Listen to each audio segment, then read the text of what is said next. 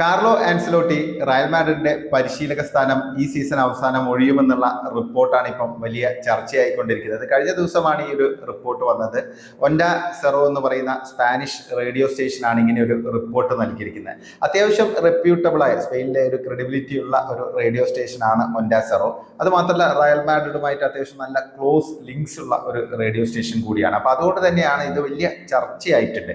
Ancelotti നമുക്കറിയാം, Real മാഡ്രിഡിന്റെ legendary ആയുള്ള കോച്ചാണ്. അദ്ദേഹം മോസ്റ്റ് ഡെക്കറേറ്റഡ് ആയുള്ള കോച്ചാണ്. 15 കിരീടങ്ങളാണ് റയൽ മാഡ്രിഡിന് അദ്ദേഹം നേടിക്കൊടുത്തത്, ചാമ്പ്യൻസ് ലീഗുകൾ ഉൾപ്പെടെ. അപ്പം ഒരു മാസ്റ്റർ ടാക്ടീഷ്യൻ ആണ്, ലെജൻഡറി ഫിഗർ ആണ്, കൂടുതൽ നമ്മൾ പറയേണ്ട ആവശ്യമില്ല. പക്ഷെ അങ്ങനെയാണെങ്കിൽ പോലും നിലവിൽ ഈ ഒരു സീസണിൽ റയൽ മാഡ്രിഡിന്റെ പെർഫോമൻസ് അത്ര സ്റ്റേബിൾ അല്ല. പലപ്പോഴും കൺസിസ്റ്റൻസി ഇല്ലായ്മ ടീമിനെ ബാധിച്ചിട്ടുണ്ട്. വമ്പൻ തോൽവികളൊക്കെ നേരിടേണ്ടി വന്നു. ഇപ്പം കഴിഞ്ഞ സ്പാനിഷ് സൂപ്പർ കപ്പ് ഫൈനലിലെ തോൽവിയൊക്കെ വലിയ ചർച്ചയായിട്ടുണ്ട്. അതുകൊണ്ട് തന്നെ ആൻസലോട്ടി പോകും, അദ്ദേഹത്തിന് പകരം വേറെ ആരെങ്കിലുമൊക്കെ റയൽ മാഡ്രിഡ് കൊണ്ടുവരാൻ ശ്രമിക്കുന്നു ഈ സീസണിൽ എന്നുള്ള റൂമറുകളൊക്കെ ഉണ്ടായിരുന്നു. പക്ഷെ അതിനുള്ള സാധ്യത വളരെ കുറവാണ്. ഒന്നാമത് പെരസുമായി വളരെ മികച്ച ബന്ധമുള്ള ഒരു കോച്ചാണ് ആൻസലോട്ടി. റയൽ മാഡ്രിഡ് അത്രയും ഒരു ഡിഗ്നിഫൈഡ് ആയിട്ട് കാണുന്ന ഒരു കോച്ചാണ്. അപ്പൊ അതുകൊണ്ട് തന്നെ അദ്ദേഹത്തിന് ഒരു ഫെയർ എക്സിറ്റ് ആയിരിക്കും സ്വാഭാവികമായിട്ട് ഉണ്ടാകുക. അല്ലാതെ ഒരു മോശം അവസ്ഥയിലൂടെ അദ്ദേഹം പോകാനുള്ള ഒരു സാധ്യത വളരെ കുറവാണ്. അപ്പൊ അതുകൊണ്ട് തന്നെ ഈ ഒരു സീസൺ അവസാനം ഒരു ഫെയർ എക്സിറ്റ് എന്നുള്ള രീതിയിൽ mutually Carlo Ancelotti Real Madrid വിടാനുള്ള ഒരു സാധ്യത തന്നെയാണ് കാണുന്നത്.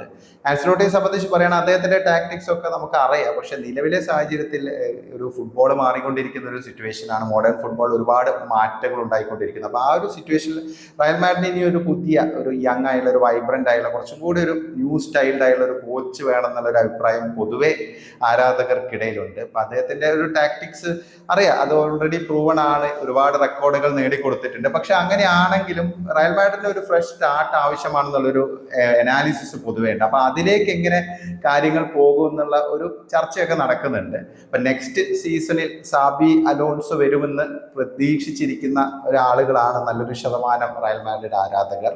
അതിന് കാരണമുണ്ട്, കാരണം അത്രയും മികച്ച രീതിയിലാണ് അദ്ദേഹം മുന്നോട്ട് പോയിക്കൊണ്ടിരിക്കുന്നത്. ഒരു ന്യൂ സ്റ്റൈൽ ഉള്ള ഒരു കോച്ചാണ്, കൃത്യമായ ഒരു സ്റ്റൈലും സ്ട്രക്ചറും ഒക്കെയുള്ള ടീമിനെ അടുത്ത ഒരു ജനറേഷനിലേക്ക് അല്ലെങ്കിൽ അടുത്തൊരു ഘട്ടത്തിലേക്ക് കൊണ്ടുപോകാൻ പറ്റുന്ന ഒരു കോച്ചാണ്. അദ്ദേഹത്തിന്റെ ലെവർക്യൂസിന്റെ ട്രാക്ക് റെക്കോർഡ് അപാരമാണ്. നമുക്ക് എല്ലാവർക്കും അറിയാം, കഴിഞ്ഞ സീസണിൽ ലെവർക്യൂസിന് ബുണ്ടസ് ലീഗ കിരീടം നേടിക്കൊടുത്ത് വർഷങ്ങളുടെ ആധിപത്യം ബയേണിന്റെ ഇല്ലാതാക്കിയിട്ടാണ് അദ്ദേഹം കിരീടം നേടിക്കൊടുത്തത്. അതും മാത്രമല്ല DFB പൊക്കാൽ, പിന്നെ ജർമ്മൻ സൂപ്പർ കപ്പ്, അതിനൊപ്പം തന്നെ യൂറോപ്പ ലീഗിന്റെ ഫൈനൽ വരെ എത്തിച്ചു. അതിന് മുമ്പത്തെ സീസണിലാണെങ്കിൽ ഒരു റെലഗേഷൻ സോണിൽ നിന്ന ലെവർക്യൂസിനെ അദ്ദേഹം 6ാം സ്ഥാനത്ത് ഫിനിഷ് ചെയ്യിപ്പിച്ചു.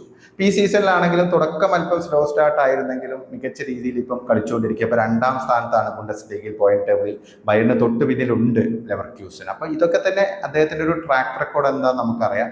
പിന്നെ റയൽ മാഡ്രിഡിന്റെ ഒരു ഇന്റേണലി റയൽ മാഡ്രിഡിന് വളരെ അനുഗുണമായി മുന്നോട്ട് പോകാൻ പറ്റുന്ന ഒരു കോച്ച് കൂടിയാണ്. കാരണം റയൽ മാഡ്രിഡിന്റെ പ്ലെയർ ആയിരുന്നു, റയൽ മാഡ്രിഡിനെ നന്നായിട്ട് അറിയാം. റയൽ മാഡ്രിഡിന്റെ യങ് സ്ക്വാഡിനെ, അണ്ടർ 14 സ്ക്വാഡിനെ കുറിച്ചാലും പരിശീലിപ്പിച്ചിട്ടുണ്ട്. അപ്പൊ അദ്ദേഹത്തിന് കറക്റ്റായിട്ട് റയൽ മാഡ്രിഡ് എന്താണെന്ന് അറിയാം. അപ്പൊ അതൊക്കെ അദ്ദേഹത്തിനുള്ള ഒരു അഡ്വാൻറ്റേജ് ആണ്. പിന്നെ ഒരു ടൈലർ മെയ്ഡ് ആയുള്ള ഒരു കോച്ചാണ് റയൽ മാഡ്രിഡ് സാബി അലോൺസോ എന്നാണ് എല്ലാവരും വിശ്വസിക്കുന്നത്. പിന്നെ പൊതുവെയുള്ള ഒരു അല്പം നെഗറ്റിവിറ്റി പറയുന്ന കാരണം അദ്ദേഹം താരതമ്യേന യങ് കോച്ചാണ്. അപ്പോൾ സ്വാഭാവികമായിട്ട് റയൽ മാഡ്രിഡിന്റെ സൂപ്പർ ഈഗോസ് ഒക്കെ അദ്ദേഹത്തിന് നിയന്ത്രിക്കാൻ പറ്റുമോ എന്നുള്ളത് മാത്രമാണ് ഒരു ചോദ്യം. പ്രത്യേകിച്ച് വമ്പൻ താരനിരയാണുള്ളത്. എംബാപ്പെ, വിനീഷ്യസ്, റോഡ്രിഗോ, ബെല്ലിംഗാം ഇങ്ങനെ കിടക്കുകയാണ്. അപ്പം ഇനിയിപ്പം അർണോൾഡ് വരുന്നു എന്ന് കേൾക്കുന്നു, അൽഫോൺസോ ഡേവിസ് വരുന്നു എന്ന് കേൾക്കുന്നു. അപ്പം ഇങ്ങനെയൊക്കെയുള്ള ഒരു ടീമിനെ അദ്ദേഹത്തിന് കൊണ്ടുപോകാൻ പറ്റുമോ എന്നുള്ളത് മാത്രമാണ് ഒരു ചോദ്യമായിട്ട് നിൽക്കുന്നത്. പക്ഷേ അദ്ദേഹം ഇതേപോലെ ഈ റയൽ മാഡ്രിഡിൽ കളിച്ചതാണ്, വമ്പൻ താരനിരയ്ക്കൊപ്പം കളിച്ചതാണ്. അപ്പം അതുകൊണ്ട് അതൊരു ന്യൂനതയായിട്ട് മാറുന്നു തോന്നുന്നില്ല. അപ്പൊ എന്തായാലും ആൻസലോട്ടി സ്ഥാനമൊഴിയുകയാണെങ്കിൽ സ്വാഭാവികമായിട്ടും ഒരു ഓട്ടോമാറ്റിക് ചോയ്സ് എന്നൊക്കെ ഒരു പരിധിവരെ നമുക്ക് പറയാൻ പറ്റും സാബി അലോൺസോയെ. പിന്നെ മറ്റു പേരുകൾ സ്വാഭാവികമായിട്ടുള്ളത് ഒന്ന് സിദാനാണ്. സിദാൻ ഓൾറെഡി 2 തവണ 2 സ്റ്റിൻഡിലായിട്ട് വലിയ വിജയങ്ങൾ നേടിക്കൊടുത്ത കോച്ചാണ്.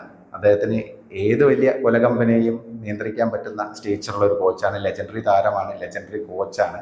അപ്പോൾ സിദാൻ എന്ന് പറഞ്ഞ ഒരു ഓട്ടോമാറ്റിക് ചോയ്സ് ആണ് ഇതുപോലെ തന്നെ. പക്ഷേ സിദാൻ നിലവിലെ സാഹചര്യത്തിൽ 2 തവണ അദ്ദേഹം റയൽ മാഡ്രിഡിന്റെ കോച്ചായിരുന്നു. അപ്പൊ ഇനിയിപ്പോൾ അദ്ദേഹം വരുമോ എന്നുള്ള കാര്യത്തിൽ ഒരു സംശയമുണ്ട്. പ്രത്യേകിച്ച് ദിദിയ ദശാംസ് 2026 ലോകകപ്പോട് കൂടി ഫ്രാൻസ് ഫുട്ബോൾ ടീമിന്റെ പരിശീലക സ്ഥാനം ഒഴിയാണ്. അപ്പൊ ആ ഒരു പൊസിഷനിലേക്ക് സിദാൻ വരുമെന്നാണ് പ്രതീക്ഷിക്കുന്നത്. കാരണം സിദാൻ വെയിറ്റ് ചെയ്യുന്നൊരു പൊസിഷനാണത്.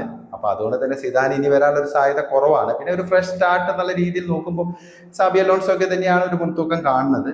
പിന്നെ കേൾക്കുന്ന പേരുകൾ 2 പേരുകളാണ് പ്രധാനമായിട്ടും. ഒന്ന് യൂർഗൻ ക്ലോപ്പിന്റെ പേരാണ്. യൂർഗൻ ക്ലോപ്പ് ഇപ്പൊ നിലവിൽ റെഡ് ബുളിന്റെ ഡയറക്ടർ ഓഫ് ഫുട്ബോൾ ആണ്. അപ്പൊ അതിൽ നിന്ന് അദ്ദേഹം തിരിച്ച് വീണ്ടും കോച്ചിങ് ജോബിലേക്ക് വരും എന്നുള്ളതാണ്. പക്ഷെ അദ്ദേഹം ഇടയ്ക്ക് സൂചിപ്പിച്ചിരുന്നു, ഞാൻ അധികം വൈകാതെ തിരിച്ചു വരും എന്നുള്ള രീതിയിലുള്ള ഒരു സൂചനയൊക്കെ അദ്ദേഹം നൽകിയിരുന്നു.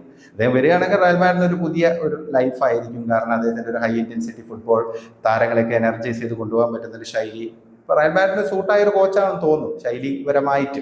അപ്പൊ എന്തായാലും അതും ഒരു ഓപ്ഷനായിട്ട് നിൽക്കുന്നുണ്ട്. പിന്നെ ഓഫ് കോഴ്സ് റൗൾ ഗോൺസാലസ് എന്ന് പറഞ്ഞാൽ റയൽ മാഡ്രിഡിന്റെ ഇന്റേണൽ മാൻ ആണ്. റയൽ മാഡ്രിഡ് ലെജൻഡറി ആയുള്ള പ്ലെയർ ആണ്. ഇപ്പം കാസ്റ്റിയാസിനെ അദ്ദേഹം പരിശീലിപ്പിച്ചുകൊണ്ടിരിക്കുന്നു. ഈ യങ് കളിക്കാരെയൊക്കെ ഡെവലപ്പ് ചെയ്ത് കൊണ്ടുവരാൻ അദ്ദേഹത്തിന് വല്ലാത്തൊരു സ്കില്ലുണ്ട്. പ്രത്യേകിച്ച് ഇത്രയും യങ് ടാലൻസ് ഒക്കെ റയൽ മാഡ്രിഡിൽ ഇപ്പോൾ ഉണ്ട്. അപ്പം പലപ്പോഴും ഈ കാർലോ ആൻസലോട്ടി നേരിടുന്നപ്പം ഒരു വിമർശനം എന്ന് പറഞ്ഞാൽ യങ് ടാലൻസിനെ, അതായത് റയൽ മാഡ്രിഡ് അക്കാദമിയിലെ പ്ലെയേഴ്സിനെ നല്ല രീതിയിൽ യൂട്ടിലൈസ് ചെയ്യാതെ ശ്രമിക്കുന്നില്ല, അവർക്കൊരു വിശ്വാസം കൊടുക്കുന്നില്ല എന്നുള്ളൊരു ആക്ഷേപമുണ്ട്. അപ്പോൾ അതിന് നേർ വിപരീതമായിട്ട് ഒരു ടീമിനെ സെറ്റ് ചെയ്ത് കൊണ്ടുവരാൻ പറ്റുന്ന, അതായത് യങ് ടാലൻസിനെ നന്നായിട്ട് ഡെവലപ്പ് ചെയ്ത് കൊണ്ടുവരാൻ പറ്റുന്ന ഒരാളാണ് റൗൾ ഗോൺസാലസ്. പക്ഷേ റൗൾ ഗോൺസാലസിന് ഒരു ഹൈ പ്രൊഫൈലായുള്ള ഒരു എക്സ്പീരിയൻസ് ഇല്ല, ഒരു വമ്പൻ ക്ലബിനെ പരിശീലിപ്പിച്ച് എക്സ്പീരിയൻസ് ഇല്ല. അപ്പോൾ അതാണ് ഒരു പ്രധാനപ്പെട്ട ന്യൂനത. അപ്പോൾ ഈ 4 പേരുകളാണ് പ്രധാനമായിട്ടും കേൾക്കുന്നത്. നിങ്ങൾക്ക് എന്താണ് തോന്നുന്നത്? റയൽ മാഡ്രിഡിന്റെ അടുത്ത പരിശീലകനായിട്ട് ആര് വരുമെന്നാണ് നിങ്ങൾ പ്രതീക്ഷിക്കുന്നത്?